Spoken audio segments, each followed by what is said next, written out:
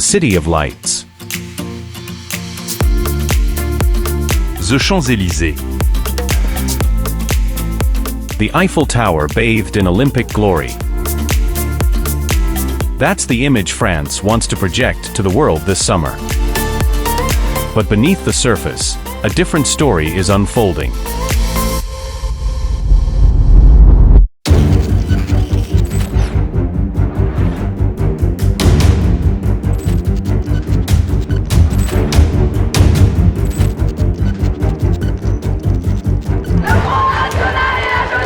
France is on edge, gripped by political turmoil just weeks before the 2024 Paris Olympics. Unexpected election results have thrown the country's political landscape into disarray. A hung parliament, a divided nation. Can France pull off a smooth Olympics under these circumstances? In this episode of HT in Depth, we'll delve into the heart of France's political turmoil, exploring its impact on the upcoming games.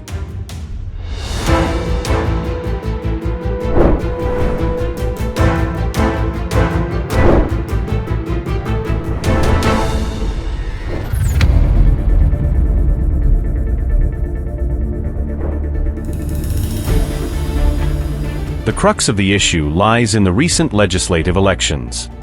French President Emmanuel Macron dissolved his parliament and announced snap elections on June 9th. The surprise election came after Macron's party was defeated in European Parliament elections. With the entire Europe seeing a rise of far-right parties, France too opted to move away from Macron's centrist beliefs.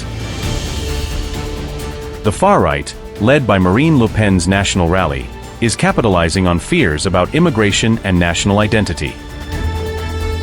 Meanwhile, the far left, with leaders like Jean-Luc Mélenchon, is pushing for social justice and economic reforms. However, a left-wing coalition victory, coupled with a strong showing by the far right, could not produce a majority win for either of the parties, leaving the country with a hung parliament. The results showed just over 180 seats for the new Popular Front leftist coalition, ahead of Macron's centrist alliance, with more than 160 seats. Marine Le Pen's far-right National Rally and its allies secured more than 140 seats. The far left's rise is rooted in economic inequality, social justice issues, and widespread dissatisfaction with the present establishment. Promising radical reforms, the far left advocates for wealth redistribution, stronger social protections, and an anti-globalization stance. These ideas have found support, particularly among younger voters.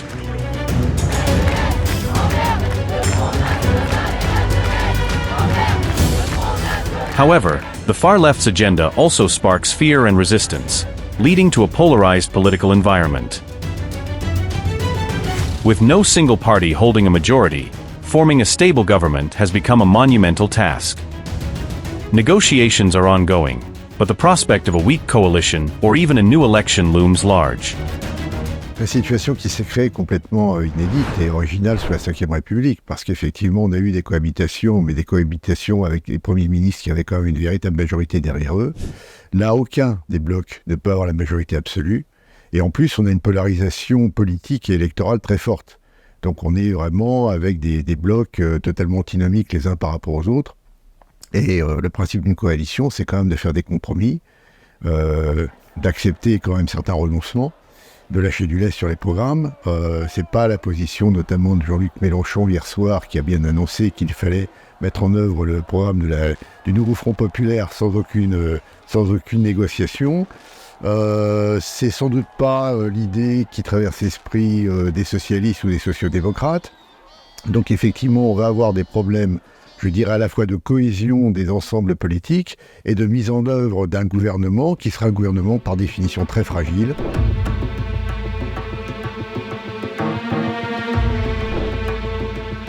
As Paris gears up to host the Olympic Games starting on July 26th, the city finds itself in the throes of chaos.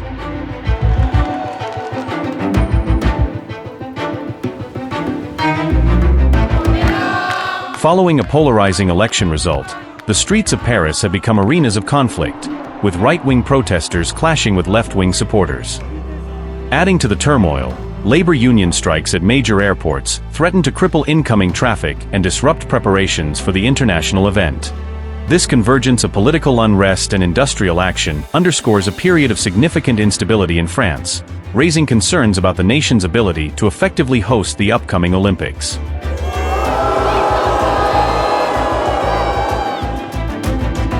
Obligatoirement, parce que vu le clivage qu'il y a entre les campagnes et les villes, je pense que je vois même pas comment on pourrait réconcilier la France à l'heure actuelle.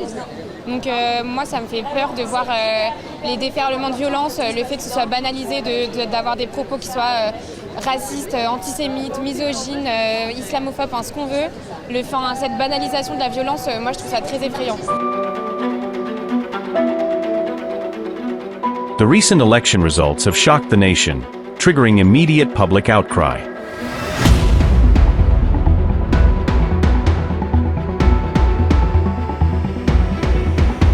Thousands of protesters from both political spectrums flooded the streets. Right-wing groups expressed their dissatisfaction through violent protests, while left-wing supporters celebrated the results with cheers and applause in places like Stalingrad Square and Republic Plaza. The night was marked by scenes of chaos. Massive bonfires lit the Parisian streets, and police in riot gear worked tirelessly to manage the situation. The use of tear gas by police to disperse crowds met with the hurling of Molotov cocktails by protesters, escalating the violence significantly. This unrest not only highlights deep political divisions, but also casts a shadow on the upcoming Olympics. Amidst this political upheaval, labor unions have initiated widespread strikes across major French airports, including Charles de Gaulle and Orly. These strikes, driven by demands for better pay and working conditions, have led to significant flight cancellations and delays, disrupting both domestic and international travel. As the Olympic Games draw near, the potential for further disruption looms large, posing a logistical nightmare for athletes, officials, and tourists planning to attend the event. The timing of these strikes is particularly problematic. Airports are essential hubs for the influx of visitors to the Olympics, and any disruption in operations could have ripple effects throughout the entire event. The strikes reflect broader discontent among workers in various sectors, who feel overlooked and undervalued in the current socio-economic climate.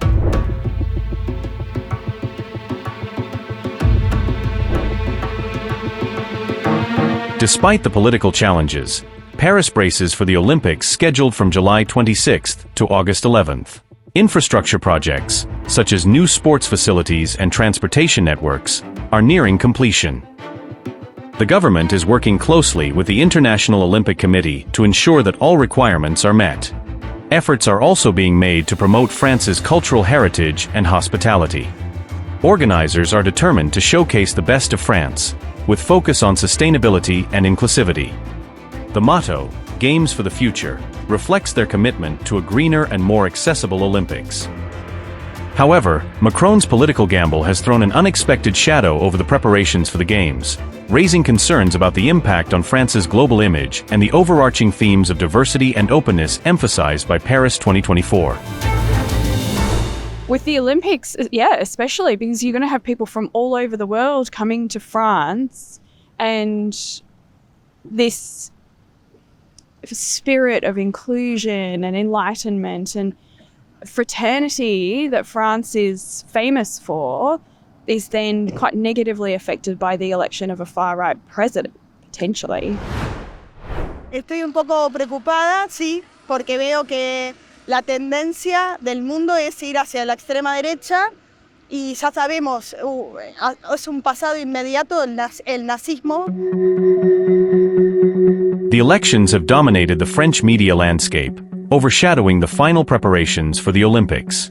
Many observers and political analysts viewed the prospect of the far-right gaining power as a substantial risk that could tarnish France's reputation.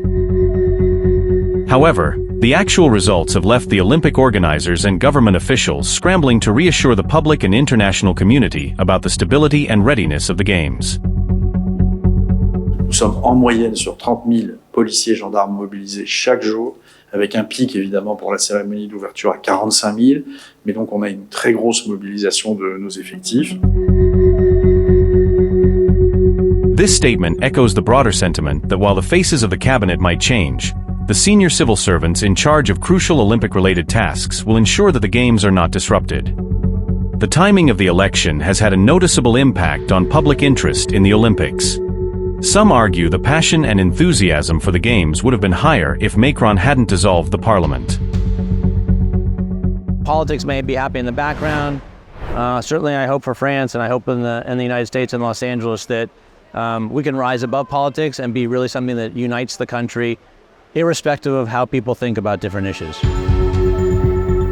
Despite the political upheaval, the practical aspects of the Games organization have been strategically planned to mitigate financial and environmental impacts. France has invested at least 2.4 billion euros in the preparations, focusing on sustainability. Little new permanent infrastructure has been developed. Instead, temporary stadiums and refurbished facilities will be used, significantly reducing costs and environmental impact. Il y a beaucoup de vie, d'initiatives, d'activités que les gens pourront découvrir dans les environs. Je suis très content qu'on ait cette possibilité de montrer presque au monde entier voilà, la beauté du 10e arrondissement. The intersection of politics and sports in France sets the stage for a dramatic and unpredictable Olympics. The political turmoil presents significant challenges, but it also offers an opportunity for the nation to demonstrate resilience and unity. As we count down to the opening ceremony, the world is watching closely. Will France rise to the occasion, or will the political unrest cast a shadow over the Games?